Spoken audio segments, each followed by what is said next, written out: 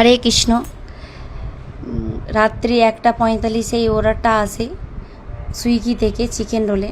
তো আমি preparation start করে দিয়েছি, কারণ স্লোলি করছি, কারণ আধ ঘন্টা সময় দিয়েছিল সুইগি থেকে, কারণ রাত হয়ে গিয়েছিল এবং রাইডার অ্যাভেলেবেল ছিল না। অনেক পরে এসেছিলো, আমার বানানোর অনেক পরে এসেছিলো। আমি ফাল্গুনি বিজয়পাড়া গোলাপুরি থেকে ছোট্ট একটা ক্লাউড কিচেন রান করছি। আমার কাছে ক্লাউড কিচেনটা অনেকটা বড় জার্নি এবং চ্যালেঞ্জের, কারণ আমি ওয়েস্ট বেঙ্গল থেকে এসেছি এবং আমি বাঙালি। আমাদের ওয়েস্ট বেঙ্গলে যদি আমি খুলতাম ক্লাউড কিচেন, তো জানতাম যে কে কী খায় না খায় আমাদের বাঙালি খাবার। কারণ আমি যেহেতু অন্ধ্রপ্রদেশ একটা তেলেগু কান্ট্রিতে এসে আমি আমার ক্লাউড কিচেন রান করছি, তো আমার কাছে অনেকটা বড় এবং জার্নি, মানে অনেক চ্যালেঞ্জের মতো।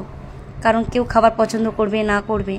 তো 2 মাস হয়ে গেছে, তো আমার অনেক সুন্দর রিভিউ এবং রেটিং এসেছে। অসংখ্য ধন্যবাদ সবাইকে যে আমার খাবার পছন্দ করছে। আমি বাঙালি হয়ে, মানে একটা আমাদের বাঙালিতে কথা আছে, বাঙালি কি না পারে, সব পারে। জুতা সেলাই থেকে চণ্ডীপাঠ সব পারে। তো মানে আজকে কথাটা মনে পড়লো, ওই জন্য বললাম।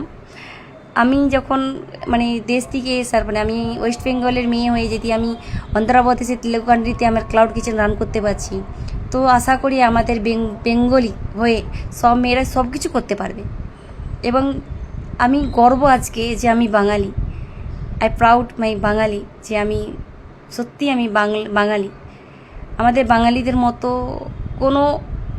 কোনো কান্ট্রি হয় না। মানে বাঙালিদের মন থেকে বাঙালিদের সমস্ত কিছু সুন্দর, তা নয় সব জায়গায় সুন্দর।